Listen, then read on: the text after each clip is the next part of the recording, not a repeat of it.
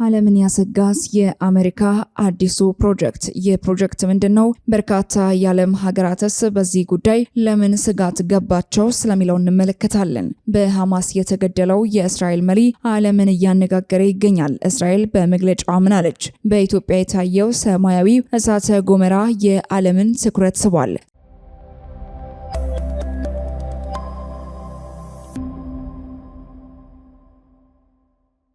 ሰላም ጤና ይስጥልን። በመላው ክፍለ ዓለማት የምትገኙ ውድ የአቢሲኒያ ዴሊ ቤተሰቦቻችን በዚህ ቻናል ላይ የተለያዩ ወቅታዊና ዕለታዊ የሆኑ መረጃዎችን በየዕለቱ የምናደርሳችሁናል። ታዲያ እናንተም ለቻናላችን አዲስ ከሆናችሁ ቻናላችንን ሰብስክራይብ በማድረግ ቤተሰብ እንድትሆኑን እየጠየቅን ወደ መረጃዎቹ እናምራለን።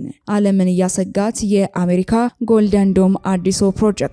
ቻይናን፣ ሰሜን ኮሪያንና ሩሲያን ያፋጠጠው የትራምፕ ወርቃማው ዶም የሚሳኤል መከላከያ ስርዓት ፕሮጀክት የሶስተኛው የዓለም ጦርነት ስጋት እየናጣት ለሚገኘው ዓለማችን ሌላ ውጥረት እንደሆነ እየተነገረ ይገኛል። ፕሬዝዳንት ዶናልድ ትራምፕ በስልጣን ዘመናቸው መጨረሻ በይፋ ስራ እንደሚጀምር የተነገረለትና 175 ቢሊዮን ዶላር ወጪ በማድረግ ለመገንባት የታሰበው የአሜሪካ አዲሱ ጎልደን ዶም የመከላከያ ስርዓት በዩኤስኤ ላይ የሚሰነዘረውን የባላስቲክና የክሩዝ ሚሳኤልን ጨምሮ ቀጣዩ ትውልድ የአየር ላይ ስጋትን ለመከላከል ሃይፐርሶኒክ ሚሳኤሎችና ሌሎችም የላቁ የአየር ላይ አደጋዎችን ለመለየት፣ ለመከታተል እናም ለመጥለፍ በጠፈር ላይ ለመትከል ማሰቧን የዓለምን ስትራቴጂካዊ ሚዛንና መረጋጋትን የሚጎዳ ነው በሚል በርካቶችን አስቆጥቷል። የፕሮጀክት ዩናይትድ ስቴትስን ለመጠበቅ የታለመ የመከላከያ ዘዴ እንደሆነ ቢገለጽም ሌሎች ሀገሮች ከፕሮግራሙ በስተጀርባ ያለውን ዓለምን የመቆጣጠር ዓላማ እንደሆነ የተጠራጠሩ ሀገራትም ተቃውሟቸውን እየገለጹ ይገኛሉ። ሰሜን ኮሪያ የዩናይትድ ስቴትስ የወደፊት የወርቃማ ዶም የሚሳኤል ጋሻ እቅድ ውጪን የኒውክሌር ጦርነት አውድማ ሊያደርግ ይችላል ስትልም ወቅሳለች። የፒዮንግያንግ የውጭ ጉዳይ ሚኒስትር የአሜሪካን እቅድ በዓለም ሀገራት የሉዓላዊነት ጥሰት እንደሆነ የገለጸች ሲሆን ዓለም አቀፋዊ የኒውክሌርና የጠፈር ጦር መሳሪያ ውድድር ሊያስነሳ እንደሚችልም አስጠንቅቀዋል። የቻይና የውጭ ጉዳይ ሚኒስትር ቃል አቀባይም ማኦኒንግ ለጋዜጠኞች እንደተናገሩትም የጎልደን ዶም ፕሮግራም በውጭ ህዋ ላይ የሚደረጉትን ውጊያዎች የአሜሪካ የጦር መሳሪያን ያሰፋዋል። እናም በውጭ ህዋውል ውስጥም የሰላማዊ አጠቃቀምን መርህ የሚጥስ ስለሆነ ቻይና በዝምታ እንደማትመለከተውም ገልጸዋል። ለዚህ ፕሮጀክት የመጀመሪያ ድጋፏን ያሳየችው የካናዳ ጠቅላይ ሚኒስትር ማርክ ካርኒ በበኩላቸው ሀገሪቱ በፕሬዝዳንት ዶናልድ ትራምፕ ወርቃማ ዶም የሚሳኤል መከላከያ ስርዓት ውስጥ ለመሳተፍ ከአሜሪካ ጋር እየተነጋገረችም ነው ብለዋል። ይህ አሜሪካ እገነባለው ያለችው የመከላከያ ስርዓት በዚህ በ21ኛው ክፍለ ዘመን ላይ ሀያላኑን በኒውክሌር ገደል አፋፍ ያስቆመ አደገኛ የኒውክሌር ጦርነት ስጋት በዓለማችን ላይ አርብቧል። በጀርመንና በብረቢሩ ጥምር ኃይሎች መካከል ከሁለተኛው የዓለም ጦርነት በፊት የተጀመረው በዓለማችን ሀያላን ሀገራት መካከል የኒውክሌር የጦር መሳሪያዎች ፉክክር ሶስተኛው የዓለም ጦርነት ሊቀሰቀስ በደጅ ነው እየተባለም ይፈራል። ይህ ከሆነም ደግሞ ግጭቱ በኒውክሌር መሆኑ አይቀርም። ዓለማችን ጭንቀት ውስጥ ገብታለች። ባለሙያዎች የጦር መሳሪያ ፉክክር እንዲያቆሙ ጥሪያቸውን እያቀረቡም ይገኛሉ።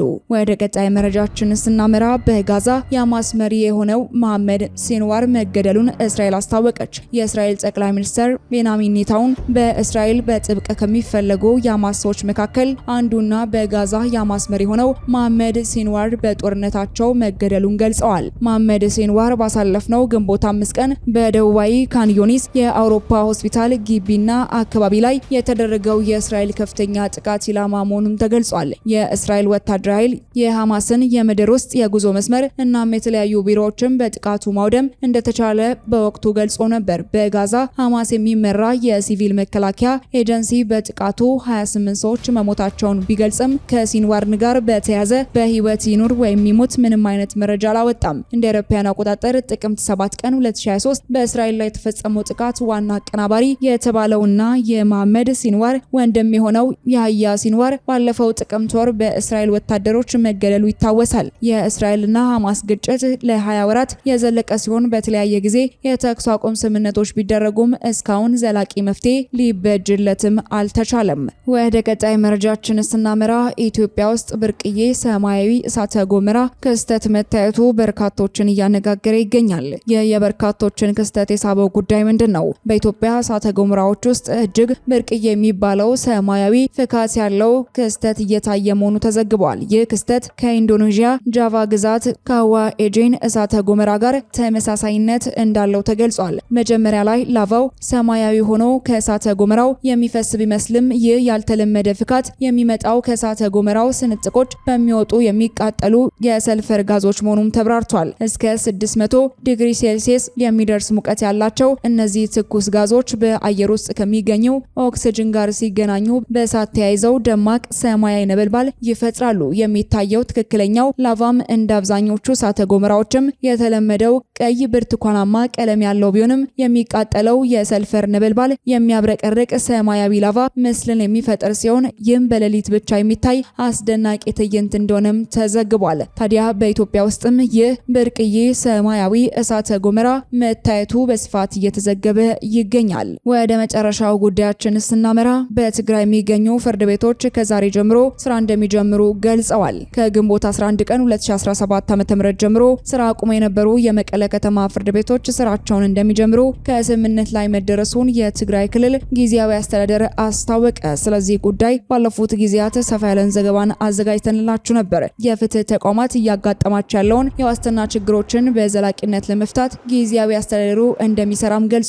የመቀለ ከተማ ከፍተኛ ፍርድ ቤት ግንቦት 19 ቀን 2017 ዓ.ም ይፋ ባደረገው መልእክትም የደህንነታችን ስጋት ከሚመለከተው አካል ጋር በመግባባት በተወሰነ ደረጃ መፍትሄ ስለተቀመጠለት ከግንቦት 21 ቀን 2017 ዓ.ም ጀምሮ መደበኛ አገልግሎት መስጠት ይጀምራል ማለታቸውን የትግራይ ቴሌቪዥን ባቀረበው ዘገባ አመላክቷል። በመቀለ ከተማ የሚገኙ ፍርድ ቤቶችም በክልሉ የተፈጸሙ ከባድ ወንጀሎችን ለማየትና ፍትሃዊ የፍርድ ውሳኔ ለመስጠት ለደህንነታችን ዋስትናና ከለላ ስለሌለን የሚመለከተው አካል መፍትሄ ያበጅልን የሚል ጥያቄን በማቅረብም ምላሽ እስክናገኝ ወደ ስራ አንመለስም ማለታቸው ይታወሳል። የጊዜ አስተዳደሩ ፕሬዝዳንት ጽህፈት ቤትም ግንቦት 19 ቀን 2017 ዓ.ም ባወጣው መግለጫ ፕሬዝዳንት ሌተናል ጀነራል ታደሰ ወረደ በፍትህ አካላት ላይ እየደረሰ ያለውን የጸጥታ ችግር አስመልክተው ከፍትህና ፍትህ ተቋማት ከፍተኛ አመራሮች ጋር ግንቦት 18 ቀን 2017 ዓ.ም ዝርዝር ምክክርም አድርጓልም ብለዋል። በምክክር መድረኩ ላይ የተገኙ የክልሉ የከፍተኛ ፍርድ ቤቶች ፕሬዝዳንት አቶ መንግስቱ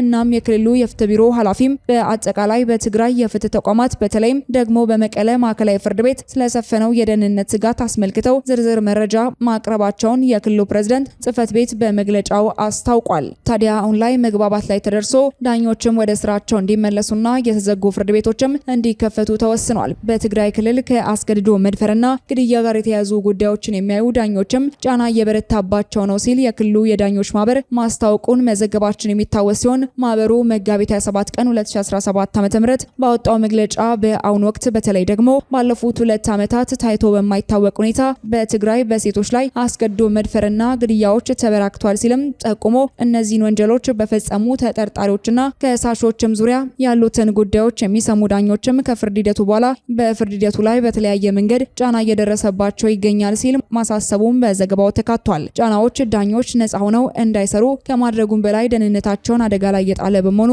በፍጥነት ሊቆም ይገባል ሲልም መጠየቁም ተመላክቷል። ወደ ተመልካቾቻችን ለእሳቱ የነበሩን መረጃዎቻችን እኚህን ይመስሉ ነበር። አብራችሁን ስለነበራችሁ እጅግ አድርገን እናመሰግናለን። በቀጣይ መረጃችን እስክንገናኝ ድረስ ቸር ቆዩልን።